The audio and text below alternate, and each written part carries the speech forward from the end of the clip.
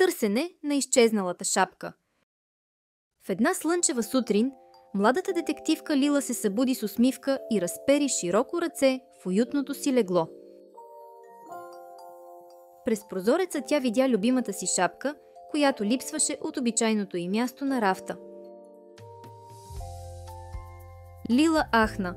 Детективската ми шапка я няма. Как мога да решавам мистерии без нея? Тя бързо облече раираната си риза и грабна лупата си. Отвън се чуха стъпки. Туп, туп, туп. Беше най-добрият и приятел Майло, който вече държеше тефтер. Лила каза на Майло: имаме случай. Шапката ми е изчезнала през нощта. Майло каза: хайде да намерим първата улика.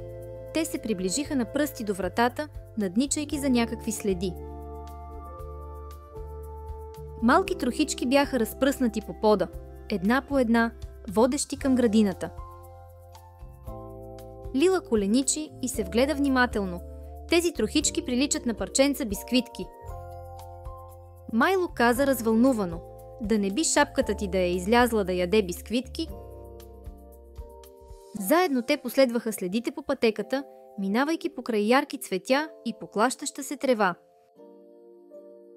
Следите спряха близо до старата червена каруца, скрита под едно дърво. Вътре в каруцата намериха лъскаво копче. Лила извика: още една следа! Майло извади тефтера си, за да нарисува копчето и трохите. Изведнъж лек бриз издаде звук шуш-шуш и нещо проблесна във високите храсти. Тихо стъпвайки на пръсти, Лила се наведе и видя нещо кафяво да наднича от храстите. С кикот и скок Лила намери липсващата си шапка. Катерицата гризеше бисквитка, носейки детективската си шапка като корона.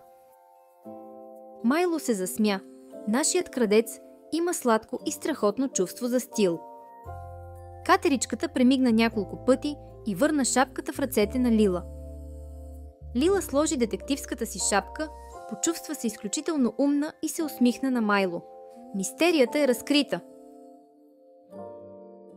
Те седнаха под разлистеното дърво, споделяйки бисквитки и щастливо смеейки се, готови за следващото си радостно приключение.